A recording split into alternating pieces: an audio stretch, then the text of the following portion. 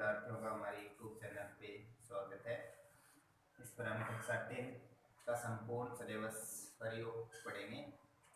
Last class तक हमने क्या पढ़ा था, हमारे त्रिकोणमिति का जो 8वां अध्याय था उसका परिचय, उनके बारे में हमने उसको आसानी से सीखा। अब हम 10th क्लास का जो 7वां अध्याय है निर्देशांक ज्यामिति, उसको स्टार्ट करें। ये द्विवार्षिक परीक्षा में आपको पता है 5 अंक की आएगी। कितने अंकों की आएगी? 5 अंकों की। और वार्षिक में आपके 7 अंकों की आपको मिलेगी। इसमें आपके एक नंबर वाले क्वेश्चन जो आपके एग्जाम में आते हैं ना, एब्बे वाले, ऑप्शन वाले, एक स्थान वाले या एक वर्ड वाले क्वेश्चन, वो आपको देखने के मिलेंगे। कम से कम 2 तो आपको जरूर मिलेंगे इस प्रश्नावली से, एक नंबर वाले। और बड़ा क्वेश्चन भी आपको देखने को मिलेगा। स्कोर करने के लिए सबसे आपकी बहुत ईजी प्रश्न आती है और आप पूरा हमारे साथ बने रहते हैं तो आपको इसका बिल्कुल बेनिफिट होगा। तो चलो स्टार्ट करते हैं कि निर्देशांक ज्यामिति। आपने देखा होगा, आप पॉइंट बनाते हैं, जैसे ये कोई पॉइंट बनाया, रेखाखंड बनाई, त्रिभुज बनाया या चतुर्भुज, जो भी आकृति बनाते हैं, तो उन आकृतियों की स्थिति का हम क्या करते हैं, निर्धारण करते हैं। मतलब इसके जो शीर्ष हो गए त्रिभुज के या चतुर्भुज के या रेखाखंड के 2 पॉइंट हो गए, प्रारंभिक बिंदु या अंतिम बिंदु, इनकी स्थिति का निर्धारण करते हैं कि मतलब कहाँ है ये इनकी स्थिति आपकी एक समतल में। तो पॉइंट की स्थिति इनके लिए कहाँ पर मिलेगा आपको, समतल में। इन सब का क्या करते हैं, निर्धारण करते हैं। तो यहाँ लिखा वस्तुतः आकृतियों की ज्यामिति का क्या करते हैं, हम अध्ययन करते हैं और बीजगणित की सहायता से हम इनका क्या करते हैं, अध्ययन करते हैं। तो निर्देशांक ज्यामिति, तो इसको समझने से पहले आपको पता है 2 निर्देशक काम में दिए जाते हैं। तो दो निर्देशक होते हैं। एक तो आपके होते हैं धरातल के समांतर, जो आपको दिख रही है लाइन, तो धरातल की क्या है, बिल्कुल समांतर। समांतर रेखाएं कौन सी होती हैं? ऐसी 2 रेखाएं जिनके बीच की क्या हो, लंब दूरी क्या है आपकी, बराबर। मतलब इनको आप आगे से कितना भी बढ़ाएं, एक दूसरे को कभी भी प्रतिच्छेद नहीं करती हैं। तो ये क्या होते हैं, आपकी समांतर रेखाएं। एक होती है यहाँ पर, ये आपको लाइन दिख रही है, कौन सी रेखा होती है आपकी, ऊर्ध्वाधर रेखा। ऊर्ध्वाधर रेखा कौन सी होती है, तो धरातल की क्या होती है, लंबवत होती है। मतलब धरातल के साथ वो क्या करेगी, आपके 90 डिग्री का कोण बनाएगी, जिसको आप क्या बोलते हैं, परपेंडिकुलर। या मान लीजिए आपका धरातल है, इसके साथ क्या रहेगी, 90 डिग्री के कोण पे रहेगी। तो ये आपकी, इसको क्या बोलते हैं हम, ऊर्ध्वाधर रेखा। तो इनको हम क्या बोलते हैं, निर्देशीय अक्ष बोलते हैं। क्या बोलते हैं, निर्देशीय अक्ष। किसको? एक आपकी क्षैतिज रेखा और एक आपकी कौन सी है, ऊर्ध्वाधर रेखा। तो ये तो आपकी कौन सी हो गई, क्षैतिज रेखा। तो ये हमारा आपको दिख रहा है, जो बोर्ड दिख रहा है वो क्या है, एक समतल है, जिसमें एक तो क्या बनाई हमने, क्षैतिज रेखा बनाई। क्या बनाई है, क्षैतिज रेखा। दूसरी यहाँ पर हमने ये परपेंडिकुलर लंबवत, उसको हम क्या बोलते हैं, ऊर्ध्वाधर रेखा। कौन सी बोलते हैं, ऊर्ध्वाधर रेखा। जब भी समतल में आप एक क्षैतिज रेखा और एक ऊर्ध्वाधर रेखा का निर्माण करते हैं, मतलब बनाते हैं, तो ये क्या करती हैं, एक दूसरे को हमेशा क्या करते हैं, समकोण पर प्रतिच्छेद करती हैं। मतलब एक बिंदु पे काटेंगे एक दूसरे को, जब काटेंगे तो वहाँ पर क्या करेंगे, वो समकोण पर काटेंगे। और उस बिंदु को हम क्या बोलते हैं, ओरिजिन पॉइंट यानी मूल बिंदु बोलते हैं। क्या बोलते हैं, मूल बिंदु। और उसको हम किससे दर्शाते हैं, कैपिटल ओ से। ये क्या हो गया, आपके मूल बिंदु। क्या हो गया, आपके मूल बिंदु। जैसे ही आप ये मूल बिंदु बनाते हैं, तो पहले हम बात करते हैं क्षैतिज रेखा की। इसकी बात करते हैं क्षैतिज रेखा की। तो क्षैतिज रेखा पर आप देखिए, इस मूल बिंदु से ये ऊर्ध्वाधर रेखा खींची, यहाँ से आपके क्षैतिज रेखा के 2 पार्ट्स हो गए। एक इस मूल बिंदु के राइट ओर हो गया और एक इसके लेफ्ट साइड में हो गया। तो ये आपके जो लेफ्ट साइड, राइट साइड है, उस ओर क्या लिखते हैं हम, कैपिटल एक्स लिखते हैं। और जो लेफ्ट साइड है उसके ओर क्या लिख देते हैं, एक्स डैश लिख देते हैं। इसी प्रकार से जो आपकी ऊर्ध्वाधर रेखा है, इसको क्षैतिज रेखा ने मूल बिंदु पे जैसे काटा, तो इस आपकी ऊर्ध्वाधर रेखा के 2 पार्ट्स हो गए। एक इसके ऊपर का हिस्सा हो गया, एक इसके नीचे का हिस्सा हो गया। ऊपर वाले हिस्से पे हम क्या लिखते हैं, कैपिटल वाई लिखते हैं, और नीचे वाले पे क्या लिखते हैं, वाई डैश। ये इसमें आपको अक्ष के वेरिएबल्स आ रहा है, तो इसको हम क्या बोलते हैं, इसका दूसरा नाम क्या हो जाएगा, आपकी अक्ष अक्ष। क्या हो जाएगी, आपकी अक्ष अक्ष। तो इसका दूसरा नाम क्या हो जाएगा, आपकी अक्ष डैश अक्ष। इसको ऐसे लिखा जाता है, तो इसको हम क्या बोलते हैं, अक्ष अक्ष। इस वाले पर आपको वाई नजर आ रहा है, तो इस रेखा का दूसरा नाम क्या हो जाएगा, आपकी वाई अक्ष। क्या नाम हो जाएगा, वाई अक्ष नाम हो जाएगा। तो यहाँ से आपको 2 नाम मिले। क्षैतिज रेखा को हम क्या बोलते हैं, अक्ष अक्ष बोलते हैं, और जो ऊर्ध्वाधर रेखा उसको क्या कहा जाता है, वाई अक्ष कहा जाता है। फिर इनका एक नाम और होता है, वो देखते हैं। तो इसका जो दूसरा नाम होता है उसको हम क्या बोलते हैं, अक्ष अक्ष को हम क्या बोलते हैं, भुज बोलते हैं। क्या बोलते हैं, भुज बोलते हैं। और एक आपकी जो वाई अक्ष होती है, ऊर्ध्वाधर रेखा होती है, इसको हम क्या बोलते हैं, कोटि बोलते हैं। क्या बोलते हैं, इसको कोटि बोलते हैं।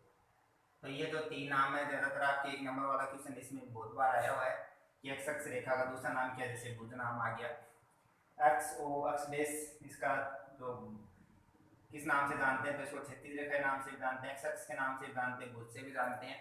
तो और एक ऑप्शन आपको अलग दे दिया जाएगा, तो इनमें से कौन सा नहीं है, तो मतलब वो वाई एक्स वाला दे देगा तो वो आपकी नहीं होगा, ये तीन हो जाएंगे। इसी प्रकार से यह आ जाता है कि वाई ओ वाई डेस रेखा को किस नाम से नहीं जाना जाता है, तो तीन ऑप्शन तो ये मिलेंगे, वाई एक्स मिल जाएगा, ऊर्ध्वाधर रेखा जाएगा, कोटि नाम आ जाएगा, और एक इनमें से आ जाएगा, तो इन वाला ऑप्शन आपके नहीं होगा। तो एक नंबर का क्वेश्चन यहाँ से मिलता है। मतलब आज जो हम समझेंगे इस वीडियो में, वहाँ से आपको एक नंबर वाले क्वेश्चन सारे कंप्लीट हो जाएंगे, और आगे में आपको पूरी प्रश्नावली में हेल्प बहुत ज़्यादा हेल्प होगी।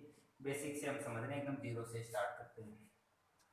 अब आप देखते हैं कि जो आपने एक्स अक्ष जो बनाई है, इसमें जो आपका ओ से अक्ष की ओर वाला हिस्सा है, इसको हम क्या बोलते हैं, लिखते हैं इसका एक पूरा नाम तो क्या रहेगा, अक्ष ओ अक्ष डैश ऐसे भी लिखते हैं, और इसको क्या लिखेंगे, वाई ओ वाई डैश, ये हमारा इसका नाम हो गया। अब देखिए जो आपकी ओ अक्ष है, मतलब इसको याद रखने के लिए इसके ऊपर आप देखते हैं नंबर इनके ऊपर अंकित करते हैं, तो नंबरों को अंकित याद रखने के लिए आप अलग अलग मेथड से याद कर सकते हैं। जैसे मान लीजिए आपने याद किया कि जिस ओर आपके कैपिटल एक्स लिखा हुआ है वाई लिखा हुआ, उस ओर आप प्लस के मान लिख दीजिए मूल बिंदु से। कोई भी हम नंबर जहाँ पे लिखेंगे वो सारे कहाँ से लिखने हैं, आपको हमेशा कहाँ पर खड़ा होना है कि मूल बिंदु ओ पे खड़ा होना है, यहीं से जाना चाहिए। आप इधर जाओ चाहे आप इस ओर जाएंगे, तो आप इस ओर जाएंगे चाहे आप इस ओर जाएंगे, तो ये जो आपके मूल बिंदु पर आप खड़े हैं, तो इनके ऊपर नंबर अंकित करते हैं। तो जिस ओर कैपिटल एक्स और वाई है उस ओर आप प्लस के मान रखेंगे, और जिस ओर डेश लगा हुआ है उस ओर किसके मान आ जाएंगे, माइनस के मान आ जाएंगे। या फिर ऐसे याद रख लो, आप शख्स पे मूल बिंदु के दाईं ओर प्लस के मान और बाईं ओर किसके आ जाएंगे, माइनस के मान। इसी प्रकार से मूल बिंदु के ऊपर की ओर प्लस के मान और नीचे की ओर कैसे आएंगे आपके माइनस के मान। तो आपने देखा था कि जो बराबर बराबर इकाई, आपने ग्राफ पेपर में देखा था, इस तरह का आपका ग्राफ का पेपर होता था, ऐसे होते थे। तो आपके बड़े खाने भी बने होते थे, तो इसको मान लीजिए आपने मूल बिंदु एक वाई एक्स बना दी, एक्स अक्ष बना दी, तो यहाँ पर आपने देखा था कि ये दूरी इकाई मानी थी, मतलब एक इकाई के बराबर होते थे, यहाँ एक लिखा था या दो, इसी प्रकार से एक और दो। तो बराबर बराबर इकाई पर हम क्या लिखते हैं, यहाँ पे कितना नंबर देते हैं इसको, एक, यहाँ कितना देगा दो, यहाँ कितना देगा तीन, यहाँ कितना देगा चार, यहाँ कितना देगा पाँच, यहाँ छः डॉट डॉट, यहाँ आज के आगे चलते रहेंगे प्लस अनंत। इसी प्रकार से ऊपर भी बराबर बराबर एक एक इकाई पर इधर क्या आएगा, वन आ जाएगा, यहाँ क्या देगा टू आ जाएगा, यहाँ क्या आएगा थ्री आएगा, यहाँ क्या आएगा फोर आ जाएगा, यहाँ कितना आएगा फाइव, यहाँ सिक्स, ऐसे डॉट डॉट ऊपर आके चलते जाएंगे। फिर इसी प्रकार से लेफ्ट से डैश की ओर आपको पता माइनस में लिखना है, तो वही बराबर इकाई, एक इकाई पे कितना आएगा माइनस वन, दूसरी इकाई पे माइनस टू, तीसरी इकाई पे माइनस थ्री, चौथी इकाई पे माइनस चार, पाँचवीं इकाई पे माइनस पाँच, फिर छठी इकाई पे माइनस का डॉट डॉट ऐसे चलते रहेंगे। और सेम कंडीशन नीचे की ओर, ये माइनस का एक, माइनस का दो, माइनस का तीन, माइनस का चार, और माइनस के पाँच, माइनस के छः डॉट डॉट ऐसे आपके चलते रहेंगे। तो ये तो इनके नंबरों की बात होगी। अब देखो यहाँ पे जो आपकी एक्स अक्ष है या जो भुज है, जो आपकी क्षैतिज रेखा है, और एक कौन सी होगी आपकी ऊर्ध्वाधर रेखा। तो एक्स अक्ष और वाई अक्ष एक दूसरे को क्या करते हैं कि आपका जो बोर्ड दिख रहा है आपको, या आप कागज पे बनाते हैं, तो वो क्या होता है आपके एक तरह के समतल की तरह काम करता है। जैसे दीवारों पे कोई आकृति बनाते हैं तो वो दीवार भी क्या होगी, समतल की तरह काम करेगी आपके। तो ये हम समतल में एक आकृति बना रहे हैं। तो जैसे ही हमने यहाँ पे दो संख्याएं, दो रेखाएं काम में ली है, एक एक्स अक्ष और एक कौन सी आपकी वाई अक्ष। तो इसमें जो मान आपको मिले, एक अक्ष का मान मिला है, किसका मान मिला आपको, दो मान वाई का। तो ये दो दो मान मिले हैं, इसके अकॉर्डिंग इसको हम क्या बोलते हैं, द्विविमीय आकृति बोलते हैं। क्या बोलते हैं, द्विविमीय ज्यामिति। मतलब हम किसका अध्ययन करें, द्विविमीय, जिस ऐसी आकृतियां जिनकी क्या मिले आपको, दो विमाएं मिले। क्या मिले आपको, दो विमाएं। तो दो विमाओं वाली आकृति का अध्ययन किया जाता है, इसमें द्विविमीय आकृति में किया जाता है। तो यहाँ पर आपको दो दो मान मिलेंगे, एक्स का मिलेगा, एक किसका मिलेगा, वाई का मिलेगा। ये एक दूसरे को जब प्रतिच्छेद करती हैं, तो आप देखते हैं कि समतल के कितने हिस्से हो गए, अक्ष से चार हिस्से हो गए, और वैसे आपको यहाँ से स्टार्ट करने हैं, एंटी क्लॉकवाइज चलना है, घड़ी की सुई की विपरीत दिशा में इनको स्टार्ट करना है। तो इन जो चार हिस्से होते हैं इनको हम क्या बोलते हैं, चतुर्थांश बोलते हैं। क्या बोलते हैं, चतुर्थांश। तो ये आपका कौन सा हो गया, फर्स्ट चतुर्थांश, ये हो जाएगा आपका द्वितीय चतुर्थांश, ये कौन सा हो जाएगा, तृतीय चतुर्थांश, और ये कौन सा हो जाएगा आपकी चतुर्थ चतुर्थांश हो जाएगा। तो जब आपकी एक्स अक्ष और वाई अक्ष समतल में एक दूसरे को समकोण पर प्रतिच्छेद करते हैं, तो समतल के कितने हिस्से बन जाते हैं आपके, चार बनते हैं। उन चार हिस्सों को हम क्या बोलते हैं, चतुर्थांश बोलते हैं। और वो क्रम यहाँ से स्टार्ट करेंगे, कैसे करेंगे, आपके घड़ी की सुई की विपरीत दिशा में, मतलब एंटी क्लॉकवाइज। तो ये तो कौन सा हो जाएगा आपके प्रथम चतुर्थांश, कौन सा हो जाएगा, प्रथम चतुर्थांश। आप साथ में इनके नोट्स बनाएंगे तो आपको याद भी ज्यादा रहेगा। चतुर्थांश ये कौन सा रहेगा आपके, द्वितीय चतुर्थांश, द्वितीय चतुर्थांश, और ये कौन सा देगा आपकी तृतीय चतुर्थांश, और ये कौन सा देगा आपके चतुर्थ चतुर्थांश, चतुर्थ चतुर्थांश। तो ये आपके चार चतुर्थांश बन गए, इसका हमारा काम नहीं है। अब देखो आगे, यहाँ पर आप देख रहे हैं कि जो ये चतुर्थांश हैं, इनमें आप कोई पॉइंट होगा, आपके कोई रेखाखंड होगा, कोई त्रिभुज होगा, इनको बनाएं। तो यहाँ पर आपको पता है कि कोई भी बिंदु होता है, सबसे पहले हम किसकी बात करते हैं, पॉइंट की बात करते हैं। तो कोई पॉइंट होता है, जैसे पॉइंट को आपको पता है कैसे रखते हैं, पेंसिल की बारी में अगर समतल में एक बार आप रखते हो तो एक सूक्ष्म सी आपको आकृति दिखती है, क्या होता है, आपके पॉइंट होता है, बिंदु होता है। तो इस बिंदु की आकृति का निर्धारण करते हैं। तो यहाँ पे देखिए आपको जो मान नजर आ रहे हैं, ये वाले एक्स अक्ष पे वो किसके मान होते हैं, सदैव अक्ष के मान है, और इस वाई अक्ष पे जो मान नजर आ रहा है वो किसके मान, आपके वाई के। यहाँ पर आपको दिख रहा है एक है, इधर माइनस एक है, तो ये पॉइंट पे कितना मान आपके 0 0। तो इसका मतलब आप याद रखेंगे मूल बिंदु के जो निर्देशांक होते हैं वो कितने होते हैं, एक्स का मान भी 0 होता है और वाई का मान भी कितना होता है, 0 होता है। अब यहाँ देखिए किसी भी पॉइंट के मतलब वो चाहे मूल बिंदु हो चाहे कोई भी पॉइंट हो, उसके निर्देशांक हमेशा किस में लिखे जाते हैं, छोटे ब्रैकेट में लिखे जाते हैं। किसमें लिखे जाते हैं, छोटे ब्रैकेट में। और सबसे पहले x का मान आता है, फिर अल्पविराम से उसको अलग करते हैं कोमा से, और फिर किसका लिखते हैं, y का मान लिखा जाता है। आप तो कोई भी पॉइंट मतलब इन जनरली कोई आप पॉइंट मानते हैं, तो जैसे मान लीजिए उसमें x का मान कुछ भी हो सकता है, तो x वाले मान को हम दर्शा देंगे x से, और कोमा से अलग कर देंगे, फिर y वाले मान को y से दर्शा देंगे। इसको किस में लिखेंगे, हमेशा छोटे ब्रैकेट में आपको लिखा देगा। तो यही आपके पॉइंट का निर्देशांक। तो कोई भी पॉइंट के निर्देशांक होंगे तो वो हमेशा छोटे ब्रैकेट में मिलेंगे। पहले x का निर्देशांक आएगा, फिर कोमा आएगा, फिर किसका आएगा, आपके y का। तो हम यहाँ पर कोई भी इंटरवल पॉइंट काम में लेते हैं, जैसे मान लीजिए हमने पॉइंट काम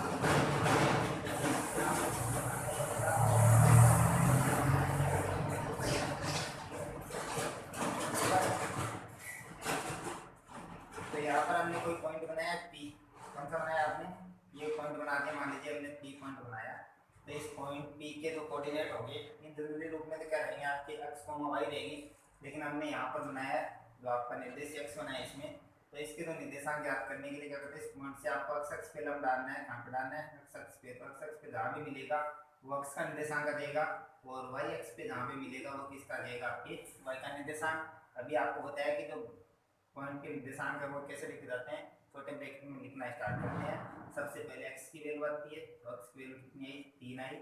उसके बाद में y की वैल्यू लिखते हैं, कितनी है, 4 है। छोटे ब्रैकेट को बंद कर देते हैं। तो इस पॉइंट की स्थिति का हमें पता लग गया है कि x अक्ष का निर्देशांक तो कितना है, 3 है, और y का कितना है, 4। अब इस क्वेश्चन यहाँ से भी आपके 1 नंबर का क्वेश्चन बनता है कि ये पॉइंट दे दिया आपको और पूछेगा इसमें भुज का मान कितना है। तो आपको ये नहीं पता कि भुज किसको बोलते हैं, तो कहाँ से बताओगे। तो इसको क्या है, भुज क्या होता है, x अक्ष को कहा जाता है। तो x अक्ष पे जो मान होते हैं वो भुज के मान है, मतलब भुज का मान कितना है, 3 है। इसी प्रकार से बोलते हैं कि यहाँ से कोटि का मान बताइए, तो कोटि का मान कितना है। कोटि किसको कहा जाता है, y अक्ष को, ऊर्ध्वाधर रेखा को, या y डैश को। तो वो क्या है यहाँ पे y का मान, y का मान कितना है, 4। तो कोटि का मान कितना हो गया, 4 हो गया। तो इक्वेशन तो आपके इन्हीं से आपको मिल जाता है 1 नंबर वाला। अब ये जो पॉइंट है, यहाँ से आप देखते हैं कि जो आपके ये जो अक्ष का मान आया, ये कहाँ से मिला, मतलब यहाँ से लेके इतने दूरी पे है। तो अक्ष का जो निर्देशांक आता है वो क्या होता है, हमेशा y अक्ष से दूरी होती है उस बिंदु की। तो अक्ष का जो निर्देशांक होता है वो क्या होता है, जो आपकी y अक्ष होती है इससे कितनी दूर होता है वो क्या होता है, अक्ष का निर्देशांक। इसी पर देखो यहाँ से लेके यहाँ तक करोगे ना, ये y अक्ष है, तो इससे कितनी दूर चलोगे आप, 3 तक, तब आपको क्या मिलेगा, अक्ष का निर्देशांक मिलेगा। इसी प्रकार से y का निर्देशांक कैसे आएगा, जब आप y पे इधर चलना पड़ेगा ना, तो x अक्ष से आप कितना दूर चलोगे, तो इधर से आप ये आपके x अक्ष से कितने दूर चले, 4 इकाई तक चले, तो आपको क्या मिल गया, y का निर्देशांक मिल गया। तो यहाँ से आप लिख सकते हैं, तो मूल बिंदु के कोऑर्डिनेट तो क्या हो गए, 0,0, ना तो आप x अक्ष से दूर चले ना y से दूर, जहाँ दोनों एक दूसरे को काट रही है वो क्या होगी, मूल बिंदु निर्देशांक। ये हमेशा याद रखेंगे, इसको दर्शाते हैं कैपिटल O से, और इसके जो निर्देशांक होते हैं वो क्या होते हैं, 0,0 होते हैं। और x का निर्देशांक कैसे आता है, y अक्ष दूरी है, y अक्ष से कितना दूर है तो x का निर्देशांक, और x अक्ष से कितना दूर है तो किसका जाएगा, y का निर्देशांक आपको आ जाएगा। तो यहाँ से फॉर्मूला मिल गया आपको कि x अक्ष से पॉइंट इसकी दूरी, किसी भी बिंदु की x अक्ष से दूरी, x अक्ष से दूरी मतलब y का निर्देशांक लिख देना है। इसी प्रकार से y अक्ष से दूरी तो किसका निर्देशांक लिख देंगे, x अक्ष का लिख देंगे। किसका लिख देंगे, x अक्ष का। आपको पता है दूरी जो होती है वो हमेशा क्या होती है, धनात्मक होती है, दूरी कभी ऋणात्मक नहीं होती है, लेकिन पॉइंट तो ऋणात्मक आ सकते हैं ना। तो जब भी कोई पॉइंट आपको ऋणात्मक मिलेगा तो हम क्या करेंगे, दूरी जब लिखेंगे तो उसको क्या करेंगे, धनात्मक बना के लिखेंगे, माइनस को हटा देंगे और उसके जो भी मान आएगा, जैसे -3 है तो उसको क्या लिख देंगे, 3 लिख देंगे। तो ये आपके चतुर्थांश, प्रथम, द्वितीय और तृतीय। इस वाले चतुर्थांश में देखो पॉइंटों की स्थिति देखते हैं कि वो किस प्रकार के आपको मिलेंगे, कि प्लस के मिलेंगे या माइनस के मिलेंगे। तो इस पहले वाले चतुर्थांश में आप देखेंगे कि इसमें कोई भी पॉइंट होगा, यदि यहाँ पे दिया हुआ है तो जो पॉइंट यहाँ पे दे रखा है, तो यहाँ से आपसे इधर चलो, सारे मान कैसे नजर आ रहे हैं, प्लस के। इधर चलोगे तो कैसे मान आ रहे हैं आपको, प्लस के नजर। मतलब इस वाले चतुर्थांश में कोई भी बिंदु होगा उसके जरूरी रूप चिन्ह के अनुसार उसमें कैसे आएंगे, प्लस और प्लस के। नहीं, एक्स का भी प्लस का मिलेगा और वाई का किसका मिलेगा, प्लस का मिलेगा। इस वाले चतुर्थांश में चलो, इस वाले में पहले आपको पता है किस पे चलना है, एक्स पे चलना है, तो एक्स का तो कैसा मिला आपको, माइनस का मिलेगा, नेगेटिव। और फिर इसमें आने के लिए वाई पे कैसे चलना पड़ेगा, ऊपर जाना पड़ेगा, तो कैसा मिल गया आपको, प्लस का। तो द्वितीय चतुर्थांश में किसी भी बिंदु के जो कोऑर्डिनेट होते हैं उनके जो चिन्ह होते हैं वो माइनस और प्लस का आपको मिलेगा। तृतीय वाले में आप देखो तो इधर जब आओगे तो आपको पता है पहले एक्स एक्स पे चलते हैं, तो एक्स एक्स पे आपको इधर आना पड़ेगा, तो क्या बन गया, पहले एक्स का मान माइनस का, फिर कोमा लगाते हैं। वाई पे भी आपको किधर जाना पड़ेगा, नीचे जाना पड़ेगा, तो नीचे आपको वाई को कैसे मिलते हैं, माइनस के। तो इन जो आपके किसी भी पॉइंट के, तो तृतीय चतुर्थांश में पॉइंट होता है उसके जो निर्देशांक होते हैं वो किस में मिलते हैं आपको, दोनों ही किसके मिलते हैं, माइनस के मिलते हैं। एक्स का भी माइनस का मिलता है और वाई का भी आपको माइनस का मिलता है। चतुर्थ चतुर्थांश में चलोगे तो आपको पता है पहले एक्स पे चलना सबसे पहले, तो एक्स पे चलोगे कैसा माना है, प्लस का, फिर कोमा। इस वाले में आने के लिए वाई पे कैसे चलना पड़ेगा, नीचे जाना पड़ेगा, तो यहाँ आएगा आपकी माइनस आएगा, तो ये प्लस और माइनस आ गई। तो यहाँ से हमने जो अभी तक जो लिखा है वो ये लिखा हुआ है। कुछ बातें और लिख देता हूँ मैं, जो भी लिखी यहाँ पर बताइए आपको, तो फिर आप इसको ना आसानी से ऐसा डायग्राम बना के लिख सकते हैं। और यहाँ से आपको कम से कम 1 नंबर का इक्वेशन जरूर मिलेगा। तो पहला हम लिख रहे हैं कि अक्ष अक्ष से दूरी, इसे लिखते हैं अक्ष अक्ष से दूरी। तो अक्ष अक्ष से दूरी कितनी है हमारी, अक्ष अक्ष से कितनी दूरी है, ये आपकी अक्ष अक्ष से कितना दूर है, कोई भी पॉइंट है। तो यहाँ पर मैं 3,4 लिख रखा, लेकिन जनरली कोई पॉइंट होता है जैसे एक्स कोमा वाई है कोई पॉइंट, इसकी हम अक्ष अक्ष से दूरी निकाल रहे हैं, किसकी निकाल रहे हैं, एक्स कोमा वाई की। तो यहाँ पर आप देखो अक्ष अक्ष से दूर कितनी दूर चला है, वाई पे चला है, तो वाई का कितना मान आया, वो जो वाई का निर्देशांक होगा उसी को लिख देंगे। तो वाई का निर्देशांक क्या लिखेंगे, वाई के निर्देशांक। अब आपको बताया कि वो माइनस, तो इधर भी तो हो सकता है आपके, इधर होगा तो माइनस का मिलेगा आपको वाई का। और आपको पता है दूरी का क्या होती है, कभी भी नेगेटिव नहीं होती है, तो उसको पॉजिटिव बनाने के लिए हम क्या करते हैं, आप मोड लगा देते हैं। मोड से जैसे मान बाहर निकले वो किसका बन जाएगा, आपके प्लस का बन जाएगा, मतलब किसको बना देता है, प्लस का बना देता है। इसी प्रकार से वाई एक्स से जो दूरी आएगी वो क्या आएगी आपकी, वाई एक्स से दूरी, वाई एक्स से दूरी, वाई एक्स से दूरी देखें, वाई एक्स आपकी ये, इससे पॉइंट कितना दूर है, किस पे चलोगे आप, एक्स एक्स पे, एक्स एक्स पे चलोगे तो किसका मान मिलेगा आपको, एक्स का मिलेगा, मतलब एक्स का निर्देशांक आएगा। तो यहाँ क्या देगा, एक्स का निर्देशांक क्या मिलेगा आपको, एक्स का निर्देशांक मिलेगा, क्या मिलेगा, एक्स का निर्देशांक। अब आपको पता है इधर पॉइंट होगा तो एक्स एक्स पे इधर माइनस में चलोगे तो माइनस का मान आएगा। तो आपको पता है दूरी कभी माइनस में होती नहीं है, तो इसके क्या लगाना पड़ेगा आपको, मोड लगाना पड़ेगा। ये दो खड़ी लाइनें लगे इनको हम क्या बोलते हैं, मोड बोलते हैं। ये लगाने से आपके जो अंदर माइनस का जो मान होता है वो किसका बन जाता है, प्लस का। तो इसको हटा देंगे तो लास्ट में क्या लिख देंगे, जैसे अब यहाँ आप लिखना -3, इसके मोड लगाओ तो इसको हम किसके बराबर लिखते हैं, 3 के बराबर लिखते हैं। तो ये आप माइनस को किसका बना देता है, प्लस का बना देता है। तो दो बातें तो आपको ये याद रखनी है, बहुत बार क्वेश्चन आया हुआ है यहाँ से। और फिर आपको पता है मूल बिंदु का हमने लिखा ही दिया, और क्या लिखवाएं, हाँ अब दो बातें हम लिखते हैं और थोड़ा सा लिख देते हैं ताकि आपको अच्छे समझ में आ जाए कि क्या लिखा हुआ है। तो यहाँ पे देखो एक आप देखते हैं एक्स अक्ष पर कोई भी बिंदु, मतलब जो ये एक्स अक्ष है इस पर कोई भी बिंदु होता है इन जनरली, कोई भी मतलब जिसके आपको निर्देशांक दे रखे हैं तो उसको क्या मानते हैं, एक्स अक्ष पर कोई भी बिंदु जब मानते हैं तो एक्स अक्ष पर किसी भी बिंदु के, किसी भी बिंदु के निर्देशांक क्या होते हैं। देखो आपको पता है निर्देशांक लिखने के लिए हम क्या करते हैं, पहले एक्स अक्ष पे चलते हैं फिर किस पे चलते हैं, वाई पर। यदि पॉइंट इसी के ऊपर है तो किसका मान मिलेगा आपको, एक्स का तो मान मिलेगा ही मिलेगा। किसमें लिखते हैं, छोटे ब्रैकेट में एक्स का निर्देशांक लिख लगाते हैं कोमा। अब एक्स अक्ष पर ही मतलब इसके ऊपर ही स्थित है, जैसे टेबल के ऊपर पेन रख दिया तो वो टेबल के ऊपर ही मिलेगी, वो साइड में थोड़ी मिलेगी आपको, ये इधर चले जाओगे उधर मिल जाएगी, नहीं मिलेगी। तो इसी प्रकार से एक्स एक्स पे कोई पॉइंट है तो वो आपको पता है कि ना तो आप ऊपर जा सकते हैं ना आप इसके नीचे चल सकते हैं, तो मतलब वाई का मान तो मिलेगा नहीं, वाई का नहीं मिलेगा तो इस एक्स एक्स पे वाई का मतलब वाई का क्या है यहाँ पे जीरो, मतलब पूरी पे क्या रहना आपको जीरो, तो क्या हो जाएगा एक्स कोमा जीरो। ये हो गया आपके एक्स एक्स से किसी भी बिंदु पे निर्देशांक, तो जब भी कोई क्वेश्चन करेंगे ये बोल देंगे एक्स एक्स पर बिंदु है तो क्या मानेंगे हम एक्स कोमा जीरो मान लेंगे।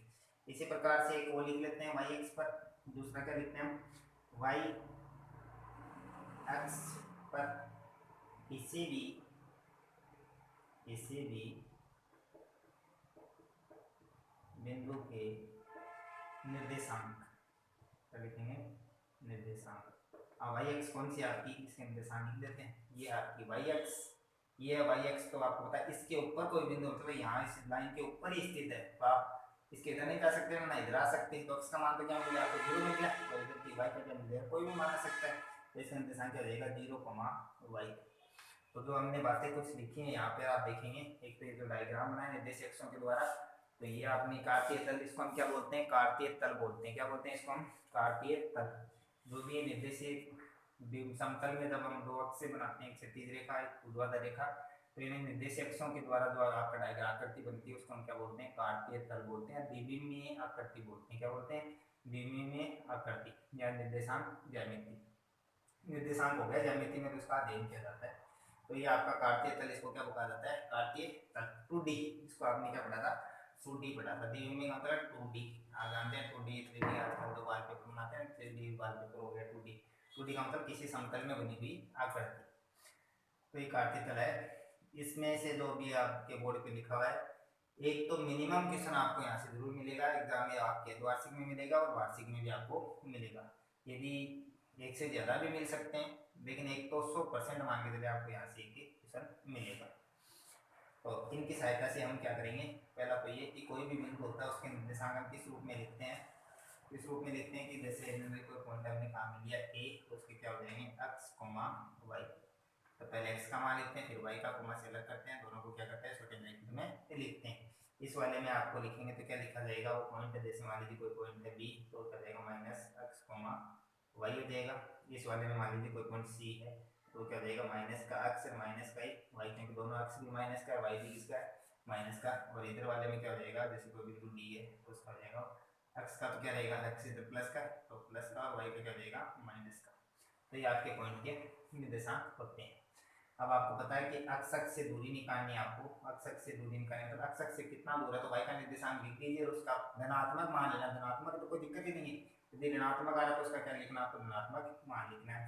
इसी प्रकार से वाई अक्ष से दूरी, वाई अक्ष से कितना दूर है तो अक्ष अक्ष का निर्देशांक लिखना है और उसका क्या नाम मान लेना है धनात्मक मान लेना है, यदि ऋणात्मक है तो एक्स एक्स पर ही कोई बिंदु होता है तो उसके निर्देशांक पर, इस रेखा पर ही कोई बिंदु तो उसके जो बिंदु के पॉइंट होते हैं वो कहते हैं एक्स कोमा जीरो, और वाई एक्स पर यदि कोई पॉइंट होता है तो उसके निर्देशांक कहते हैं जीरो कोमा वाई।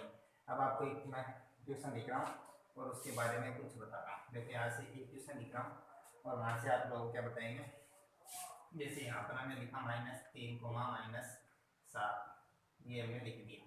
अब आपको कोई कहे कि इसमें भुज का मान कितना है, भुज क्या होता है एक्स का निर्देशांक तो -3, तो भुज का मान तो कितना हो गया माइनस का 3 हो गया।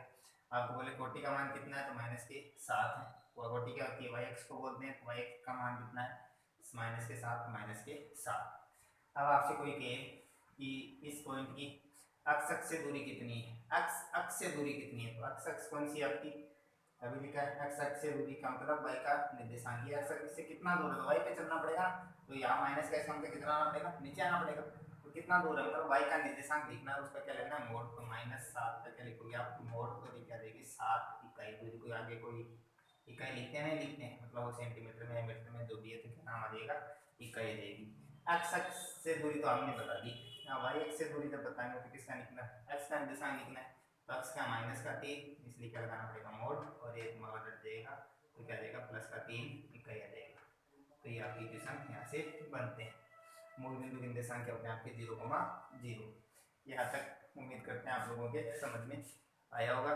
नेक्स्ट हम आगे की क्लास में इसको देखते हैं, यहाँ तक आप इसको अच्छे से लिखें और इनको आप एक बार रिवीजन करें। अब देखते हैं हम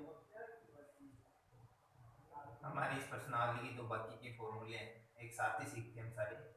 तो पहला आपकी मूल बिंदु से किसी भी बिंदु के बीच की दूरी ज्ञात करना। क्या कहा गया है कि एक तो मूल बिंदु लिया जाएगा, एक हमारा कोई अन्य कोई भी पॉइंट लिया जाएगा तो कहीं भी हो सकता है। तो उसको जनरली हमने क्या माना है, वाई मान रखा है। एक मूल बिंदु है जिसके निर्देशांक है 0,0। तो देखो एक तो ये आपका मूल बिंदु हो गया जिसके कोऑर्डिनेट क्या हो गया आपके 0,0। ये तो आपका मूल बिंदु। अब कोई भी एक पॉइंट मान लेते हैं। अभी हम मानते हैं कि ये आपका एक पॉइंट यहाँ पे है जिसको हमने क्या माना हुआ है, ए। ठीक है, तो ये जो आपका पॉइंट बना हुआ है, एक बार इनको मिटा देते हैं क्योंकि हमारे पास इनके कोई मान नहीं। हम क्या इसको किस रूप में माना हुआ है कि x, y के रूप में ये है हमारे पास। तो ये आपके इस पर आपको पता है x की ओर प्लस के मान मिलते हैं, इधर आपके प्लस के मान है, डेश और आपको क्या मिलता है, माइनस मिलता है। तो ये आपका इन जनरली एक पॉइंट बना गया ए। तो इस पॉइंट की मूल बिंदु से इसकी दूरी ज्ञात करनी है, मतलब इनके बीच की आपको क्या ज्ञात करनी है, दूरी ज्ञात करनी है। मतलब दूरी का मतलब इन दोनों के बीच की लंबाई ज्ञात करने के लिए क्या बनेगा ना आपकी, तो ये दूरी आपको ज्ञात करनी है। तो ज्ञात करने के लिए आप क्या करोगे कि यहाँ से हम क्या करते हैं, लंब डाल देते हैं। इस पॉइंट से आपको पता है कि x का मान कैसे मिलता है, यहाँ से आप लंब डालते हो x पर, तो जहाँ भी आके मिलता है तो वो मान क्या होता है, आपकी x का मान होता है। किसका मान होता है, x का। और यहाँ से आप ये लंब डालते हो तो ये किसका मान मिलता है आपको, y का मान मिलता है। किसका मान मिलता है, y का मान। तो ये आपको y का मान मिला है। तो आप देखिए यहाँ से यहाँ तक आप चले तो कौन सी दूरी है, ये y का मान यहाँ मिलेगा मुझे ना। तो ये आपके x के है, तो ये भी क्या आपकी x है, क्योंकि यहाँ से लेके यहाँ तक की दूरी x, तो ये भी क्या आपकी x, क्योंकि आपको पता है लंब डालते हैं तो ये भी लंब होती है, एक दोनों लाइन जैसे कि आपकी पैरेलल होगी। और अब देखो उनके बीच की दूरी याद करते हैं। दूरी याद करेंगे तो यहाँ पे देखिए ये जो आपकी आकृति बन रही है, तो मैं प्लस से लिख रहा हूँ ये वाली, ये क्या बन गया आपकी एक समकोण त्रिभुज बन गया। क्या बन गया आपकी, समकोण त्रिभुज। यहाँ भी 90 डिग्री का कौन बनेगा ना, लंब बना। तो यहाँ देखो ये यहाँ से यहाँ तक की दूरी, मतलब यहाँ तो इसका मान कितना 0, यहाँ तक कितनी आपकी, ये तो हो गई आपकी अक्स, कितनी दूरी होगी, अक्स यहाँ से लेके यहाँ तक की। और ये यहाँ से लेके यहाँ तक की दूरी क्या होगी आपकी y। तो ये भी क्या हो जाएगी आपकी, यहाँ से यहाँ तक की क्या हो जाएगी, y दूरी हो जाएगी। तो समकोण त्रिभुज कौन सा, इसको नाम दे देते हैं, मान लीजिए हमने क्या नाम दिया m, तो इसमें मान लेते हैं। आपको पता है ये समकोण त्रिभुज की 3 भुजाएं होगी, एक ये भुजा होगी, एक ये होगी, एक आपकी ये होगी। 90 डिग्री के सामने भुजा क्या होती है आपकी, कर्ण होती है।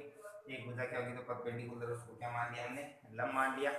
और एक तो ये आपकी भुजा आपको दिख रही है नीचे वाली, तो ये क्या आपकी आधार हो जाएगा। तो समकोण त्रिभुज कौन सा काम में दे रहे हैं, समकोण त्रिभुज। कौन सा समकोण त्रिभुज, ओ एम ए या ए एम ओ में। समकोण त्रिभुज में भुजाएं ज्ञात करने के लिए क्या काम में लेते हैं, पाइथागोरस प्रमेय। क्या काम में लेते हैं, पाइथागोरस प्रमेय, या इसका दूसरा नाम क्या होता है, बोधायन प्रमेय। क्या नाम होता है, बोधायन प्रमेय। और ये क्या होती है आपकी, कर्ण स्क्वायर बराबर क्या होता है, लंब स्क्वायर प्लस आधार स्क्वायर। यहाँ पे कर्ण क्या आपको ओ ए ज्ञात करना है, क्या ज्ञात करना, ओ ए। तो इसका क्या हो गया स्क्वायर, लंब क्या आपके, ये लंब ये वाली क्या है, ए एम का स्क्वायर, इसका है ए एम का स्क्वायर प्लस ओ आधार क्या है, ओ एम का स्क्वायर। किसका हो जाएगा, ओ एम का स्क्वायर। यहाँ से देखिए ये तो आपको दो बिंदु, मूल बिंदु से किसी भी पॉइंट की दूरी याद करेंगे तो ये तो क्या देगा, ओ ए का स्क्वायर, क्या देगा, ओ ए का स्क्वायर।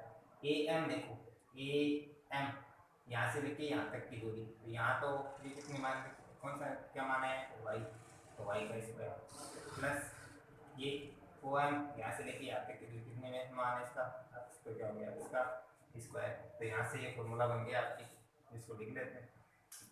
क्या बना, ओ ए का स्क्वायर, मतलब मूल बिंदु से कोई भी पॉइंट, इन जनरली हमने क्या माना x, y, तो उसका फॉर्मूला पहले आपको पता है, x के निर्देशांक लिख देते हैं, तो x का स्क्वायर प्लस y का स्क्वायर। इनके बीच की दूरी निकालने तो स्क्वायर हटाना, स्क्वायर हटाएंगे तो यहाँ से वर्गमूल लेंगे दोनों पक्षों का, तो दोनों पक्षों का वर्गमूल लेंगे तो यहाँ पे एक ही पद है, तो ये स्क्वायर हट जाएगा, क्या देगा ओ ए। और इधर एक से ज़्यादा पद आगे इसलिए क्या लग जाएगा, उसके ऊपर अंडर रूट लग जाएगा, क्योंकि स्क्वायर कटेगा नहीं। तो ये आपको क्या बन गया, फॉर्मूला बन गया। किसी भी पॉइंट की मूल बिंदु से आप दूरी निकालते हो तो क्या बनता है, X square plus Y square. अब मूल बिंदु के कोऑर्डिनेट तो क्या हो गया, 0,0 है आपकी, क्या कोऑर्डिनेट है 0,0। और जो आपको इस फॉर्मूले में जो वैल्यू आई है x और y ये कहाँ से मिले आपको, इस पॉइंट की, तो आप डायरेक्टली इस फॉर्मूला में लिखेंगे x² प्लस y²। ये x² और y² कहाँ से मिले आपको, जो भी पॉइंट दे रखा है उसका x का निर्देशांक और इसका y का निर्देशांक। तो याद रखने के लिए क्या रखोगे कि किसी भी बिंदु से आप दूरी जब ज्ञात करोगे तो हम क्या करेंगे, जो आपको बिंदु दिया गया है उसके जो कोऑर्डिनेट दे रखे हैं उनका वर्ग करेंगे और उनको प्लस करके उनका क्या निकाल लेंगे, अंडर रूट। तो ये आप याद रखेंगे, यहाँ से 1 नंबर का क्वेश्चन बहुत बार आता है। इसकी मूल बिंदु से दूरी इतनी है, तो ये उसके अलावा आपसे दूसरा ये अक्षर से कितना दूर हुआ या y से कितना दूर हुआ या अक्षर कोऑर्डिनेट होता है कितना मान आएगा, इस तरह से यहाँ से आपको क्वेश्चन मिलते हैं। फिर आपका ये आगे वाला कौन सा पढ़ रहे हैं, यहाँ लिखा हुआ आपको दिख रहा है कि दो बिंदु लेने, कितने बिंदु लेने, दो बिंदुओं के बीच की दूरी याद करनी। तो मान लेते हैं कि माना हमारे पास कितने बिंदु, दो, एक तो है ए, एक है कौन सा बी। तो एक के तो पॉइंट मान लिए हमने x1 y1 और दूसरे के हम क्या मान लिए हमने x2 और y2। अभी हमारे पास ये अज्ञात है क्योंकि हमको ये ज्ञात नहीं कि इसके मान क्या क्या है, तो हमने क्या किया, इनके दोनों अज्ञात थे। तो आपको पता है पॉइंट x और y में माने जाते हैं, तो एक से ज्यादा आगे इनको क्रम दे दिए, इसको क्या बोला x1 y1 और एक क्या हो गया x2 और y2। तो मान लेते हैं हमारे पास एक पॉइंट तो ये है और एक पॉइंट हमारे पास कौन सा है, ये वाला। तो इसको तो क्या मान लिया, मान लीजिए हमने हमारे पास ए मान लिया, इसको हमने क्या मान लिया, बी मान लिया। अब यहाँ से इन दोनों के बीच की दूरी ज्ञात करनी है, तो इन दोनों के बीच की दूरी कौन सी है, इनको मिलाने वाला रेखाखंड ये बी ज्ञात करेंगे। क्या ज्ञात करेंगे, ए बी। तो इसके कोऑर्डिनेट क्या क्या क्या क्या निर्देशांक x1 और y1 और इसके क्या आपकी x2 और y2। ये दो कोऑर्डिनेट आपको दे रखे हैं इन दो बिंदुओं के बीच की दूरी ज्ञात करने के लिए। अब आपको पता है इनके बीच की दूरी लंबाई ज्ञात करनी, तो नहीं पता आपको कि यहाँ से इनके किसी के निर्देशांक ज्ञात करते हैं तो हम क्या करते हैं, यहाँ से लंब डाल देते हैं। तो यहाँ से x पे लंब डाल दिया, ये वैल्यू है आपकी यहाँ से लेके यहाँ तक की क्या है आपके पास x2, कितनी है आपके पास x2। इसी प्रकार से यहाँ से आप लंब डालोगे तो ये दूरी आपकी यहाँ से लेके यहाँ तक की दूरी कितनी आई है x1, कितनी आई है आपकी x1। अब आपको पता है y वाले की ज्ञात करने के लिए लंब डाल देते हैं, ये y वाले की, तो y वाला यहाँ से लेके यहाँ तक ये दूरी पे क्या है आपके पास y1, क्या है आपके पास y1। और यहाँ से जब लंब डालोगे तो क्या है आपके पास यहाँ से लेके यहाँ तक की क्या है y2, क्या है आपके पास y2। अब आप देखो यहाँ पे जो आपको आकृति दिख रही है ये लंबवत है, तो यहाँ भी क्या होगा, ये 90 डिग्री का कोण बन जाएगा। क्या बन जाएगा आपके पास 90 डिग्री का कोण बन जाएगा। इस पॉइंट को मान लेते हैं, क्या मान लेते हैं, जनरल एम मान लीजिए, क्या मान लेते हैं एम। तो यहाँ पर ये आपके पास एक त्रिभुज बना है ए एम बी, वापस क्या बन गया हमारे पास एक समकोण त्रिभुज। तो इन दोनों के बीच की दूरी हम आसानी से निकाल सकते हैं। अब ये यहाँ पर देखो आप कि ये यहाँ से लेके यहाँ तक की जो ये दूरी है, ये इतनी यहाँ से ओ से लेके यहाँ तक, ये क्या है आपके पास x2 है, क्या है आपके पास x2। और जो आपके पास यहाँ से लेके यहाँ तक की दूरी है वो कितनी है x1 है। तो यहाँ से लेके यहाँ तक की, ये यहाँ से यहाँ तक आराम से बता सकते हैं ये पूरी दूरी आपकी यहाँ से लेके यहाँ तक है x2 और ये इतनी x1 है। तो पूरी में से x2 ये निकाल देंगे, यहाँ से हटा दें, तो ये घटाने मतलब माइनस कर दें, तो ये क्या बच जाएगी आपके पास, ये दूरी बच जाएगी। तो ये क्या बन जाएगी आपके पास x2 माइनस x1। और इसी प्रकार से ये आपके कोई पॉइंट है, ये वाली दूरी यहाँ से यहाँ तक की क्या है y1 है, कितनी y1, और यहाँ पे क्या है y2 है। तो इसमें से पूरी भुजा में से ये भुजा निकाल देंगे तो यहाँ क्या बच जाएगा, ये वाली दूरी बच जाएगी। तो ये क्या हो जाएगा आपके पास y1 माइनस y2, क्या हो जाएगा आपके पास y1 माइनस y2। अब देखो इस समकोण त्रिभुज की ये भुजा का मान हमारे पास आ गया, ये x2 माइनस x1 और इस भुजा का मान है y1 माइनस y2। तो ये दो हमारे पास मान आ गए, तो इसकी भुजा हम आसानी से निकाल सकते हैं वापस, किसके द्वारा, समकोण त्रिभुज में क्या लगा देंगे, वही आपकी क्या लगानी है, समकोण त्रिभुज में पाइथागोरस प्रमेय से। तो समकोण त्रिभुज कौन सा हमारे पास ए एम बी में किसके द्वारा, पाइथागोरस प्रमेय के द्वारा, किसके द्वारा, पाइथागोरस प्रमेय से, पाइथागोरस प्रमेय से। तो यहाँ पर देखो सम क्या होती है, प्रमेय कर्ण स्क्वायर बराबर लंब स्क्वायर प्लस आधार स्क्वायर। तो यहाँ पर कर्ण कौन सा इस त्रिभुज में, देखिए कर्ण आता है 90 डिग्री के सामने मिलता, तो कौन सी ए बी। तो इनके बीच की दूरी आपको ज्ञात करनी है, तो वो क्या होगी ए बी का क्या हो गया स्क्वायर। लंब कौन सा है, ये रहा, तो इसको क्या लिख देंगे, क्या नाम है इसका ए एम, क्या नाम है ए एम, इसका क्या हो गया स्क्वायर, प्लस आधार कौन सा है, ये रहा एम इसका तो आपको ए बी का तो मान ज्ञात करना है, तो क्या रहेगा ए बी स्क्वायर, और ए एन की वैल्यू कितनी रखी हुई है हमारे पास y1 माइनस y2 का होल स्क्वायर, फिर प्लस एम बी की वैल्यू कितनी है x2 माइनस x1, ये क्या हो गया x2 माइनस x1 का क्या हो जाएगा होल स्क्वायर। यहाँ पर इसकी वैल्यू तो आपको निकालनी है। आप देखिए यहाँ पर यदि देखो x2 माइनस x1 और y1 माइनस y2, इसमें से यदि माइनस कॉमन निकाल लें तो इस ब्रैकेट के बाहर आएगा, तो ब्रैकेट के बाहर आएगा तो क्या होगा कि है ब्रैकेट से पहले क्या करना पड़ेगा, उस माइनस का स्क्वायर करना पड़ेगा, तभी तो आएगा, क्योंकि इसका होल स्क्वायर तो माइनस का स्क्वायर करेंगे प्लस का बन जाएगा। और जब भी माइनस कॉमन लेते हैं तो आपको पता है अंदर ब्रैकेट के जो भी होते हैं उनके साइन क्या हो जाते हैं आपके बदल जाते हैं, प्लस की जगह माइनस आ जाता है और माइनस की जगह प्लस आ जाता है। तो ये काम हम इसमें हम करेंगे। तो यहाँ पर आप देखो आगे क्या बना है हमारा, इसको हम ऐसे भी लिख सकते हैं ए बी का स्क्वायर क्या बन जाएगा, पहले एक्स वालों को लिख दो तो क्या हो जाएगा x2 माइनस x1 का होल स्क्वायर, फिर प्लस इसको ऐसे लिख देंगे y2 माइनस y1 का होल स्क्वायर। कोई समस्या थोड़ी क्यों नहीं होगी, क्योंकि यहाँ से माइनस जब बाहर निकालेंगे तो उससे पहले ब्रैकेट से बाहर आएगा, उससे पहले ब्रैकेट के ऊपर क्या लगा स्क्वायर, तो स्क्वायर की वजह से वो माइनस का बन जाएगा आपके प्लस का बन जाएगा। तो यहाँ से फॉर्मूला क्या बन गया हमारे पास ए बी बराबर, आपको बताया कि इसकी लंबाई ज्ञात करने पर ए बी ज्ञात करनी है, लेकिन यहाँ पर क्या है ए बी का स्क्वायर है, तो स्क्वायर हटाने के लिए क्या करते हैं दोनों पक्षों का वर्गमूल लेते हैं, तो वर्गमूल लेंगे तो वर्गमूल से आपकी स्क्वायर हट जाएगी, क्योंकि यहाँ के एक ही टर्म्स है।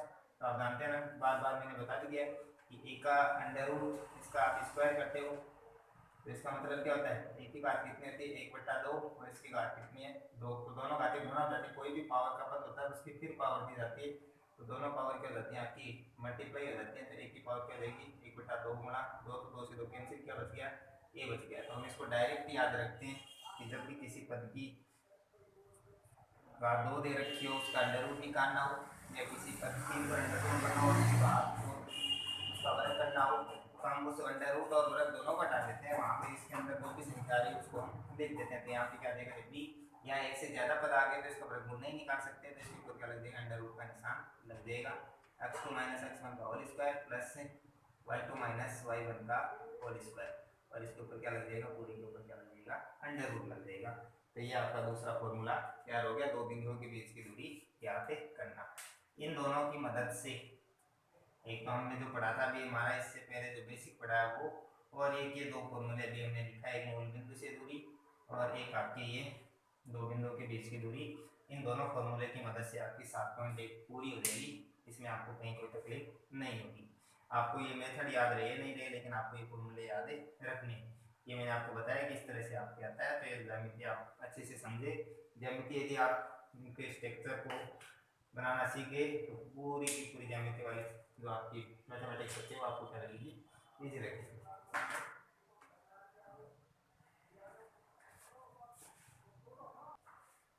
अब हम देखते हैं अंतर विभाजन, ये अंतर विभाजन होता क्या है।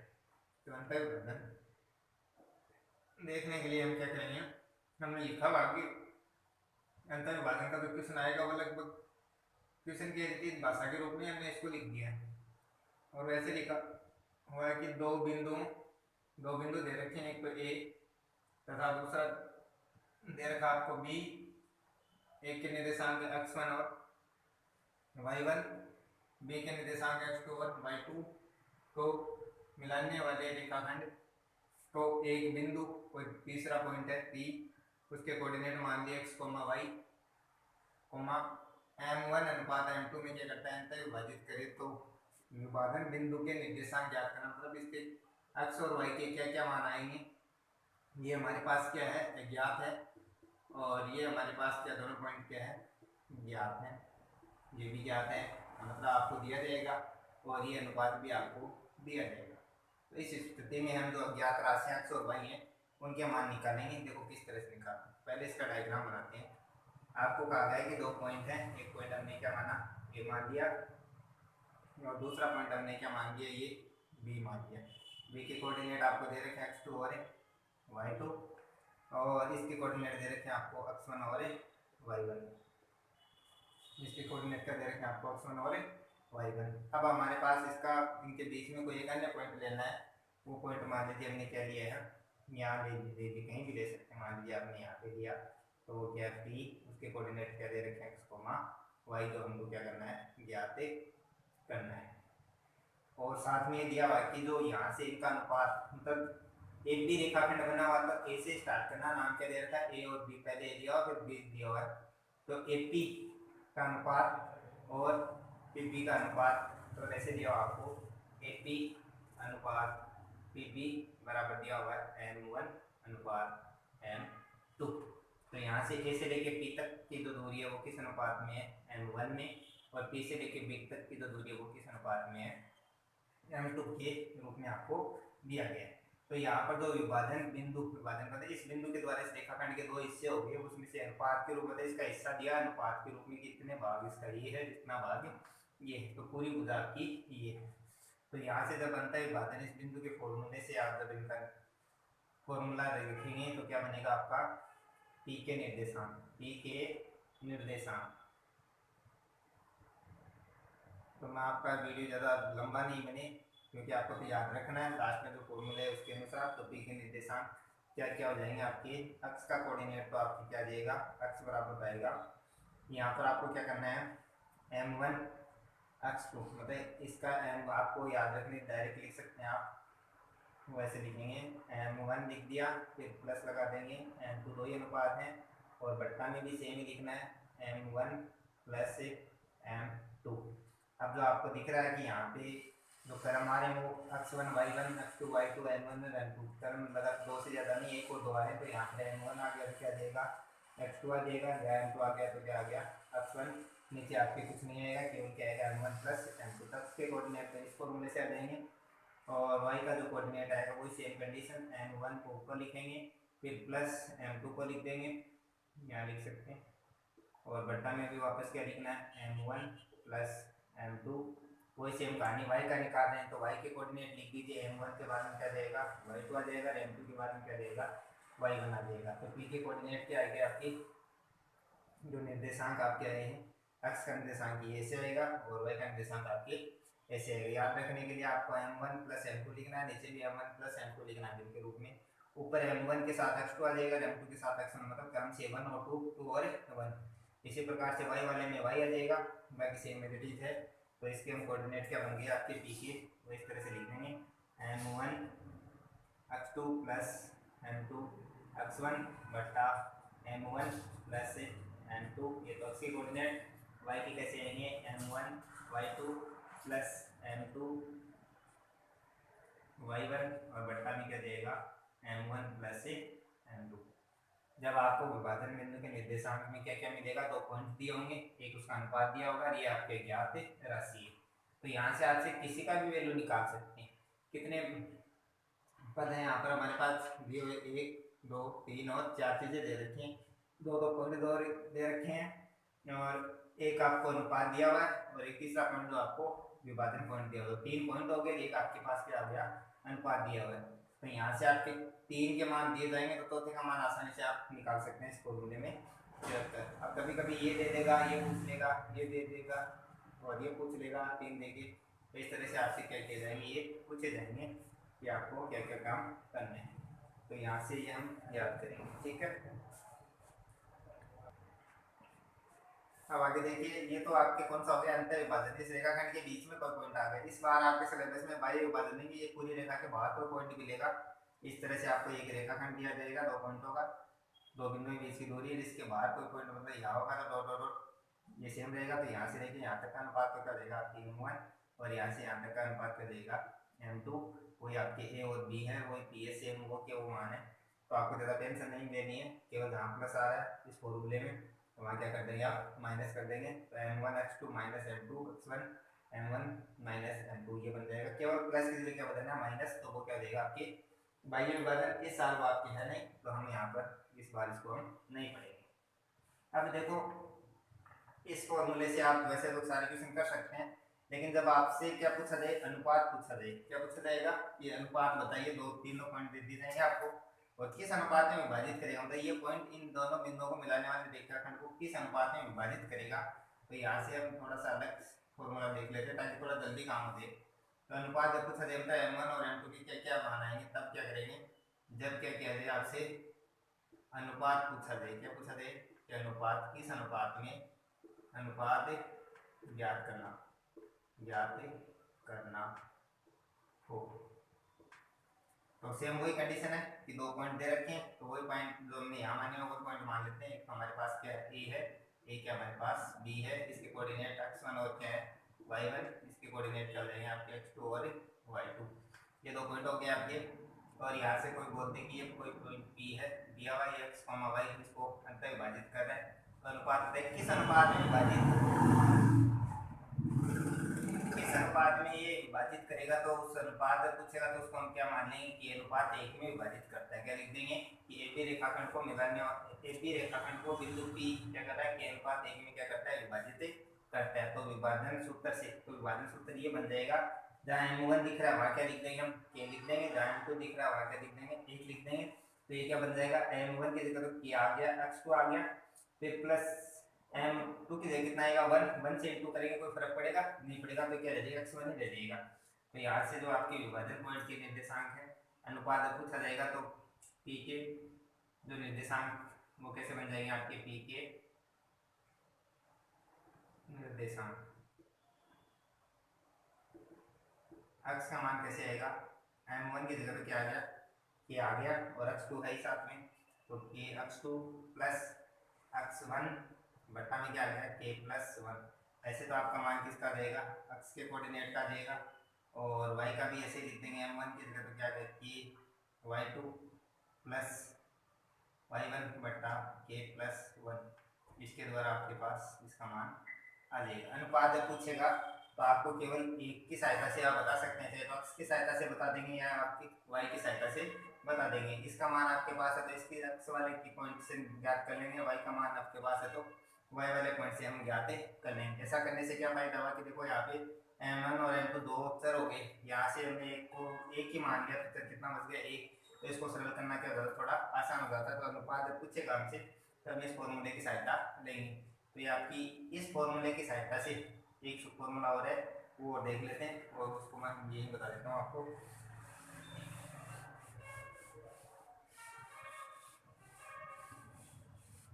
तो आगे वाला पॉइंट आपका ये है कि जब M1 बराबर क्या हो जाए M2, दोनों अनुपात आपको बराबर दे दे, मतलब एकदम बराबर बराबर, तब क्या बन जाएगा वो देखिए। तो जैसे वही हमारे पास एक रेखाखंड है, किन किन बिंदुओं को मिलाने वाला A और B को, B की कोऑर्डिनेट क्या है x2 और y2, और A की कोऑर्डिनेट क्या है x1 और y1। जब ये P पॉइंट है ये एकदम इसके बराबर है, इसका मतलब बीचों बीच आ जाएगा, तो ये क्या हो जाएगा आपके मध्य बिंदु हो जाएगा, क्या हो जाएगा मध्य बिंदु। तो इसके निर्देशांक क्या माने हुए x, y माने हुए, और जब ये बराबरी आ गया तो आपको पता है अनुपात को हम भीम के रूप में लिखते हैं ना, M1 बटा M2, और ये बराबर है तो दोनों का मान बराबर है, पहले कितनी बार आ जाएगा 1 बार कर देगा, तो अनुपात क्या बन जाएगा 1 अनुपात 1। तो मध्य बिंदु के जो निर्देशांक है वो कैसे ज्ञात करेंगे, मध्य बिंदु के निर्देशांक, तो ये क्या बन जाएगा आपके मध्य बिंदु के निर्देशांक। तो मध्य बिंदु बन गया आपके अक्ष बन गया, इसका मध्य बिंदु का अक्ष का कोऑर्डिनेट तो कैसे आएगा, M1 क्या था M1 x2 plus M2 x1 बट्टा क्या था M1 प्लस M2, M1 की जगह 1 आ गया, M2 की जगह 1 आ गया, तो ये 1 1 हो गया, तो क्या हो गया x2 प्लस ये भी क्या हो गया x1, और बट्टा में क्या आ गया 1 प्लस 1 कितने हो जाएंगे आपकी 2, और इसी प्रकार से y का कोऑर्डिनेट क्या जाएगा y2 प्लस y1 बट्टा 2। तो मध्य बिंदु के निर्देशांक जब पूछेगा तो क्या कोऑर्डिनेट आप सीधा निकाल लेंगे। तो 2 पॉइंट दे रखे हैं, उनके x के निर्देशांकों को जोड़ के 2 का भाग लगा दीजिए, y के निर्देशांकों को जोड़ के 2 का भाग लगाएंगे तो किसका मिल जाएगा आपके पास y का कोऑर्डिनेट आपको मिल जाएगा। तो ये हम डायरेक्ट कर लेंगे ताकि आपको M1 के M2 की जो गुणा करना है वो कैलकुलेशन आपकी बच जाएगी।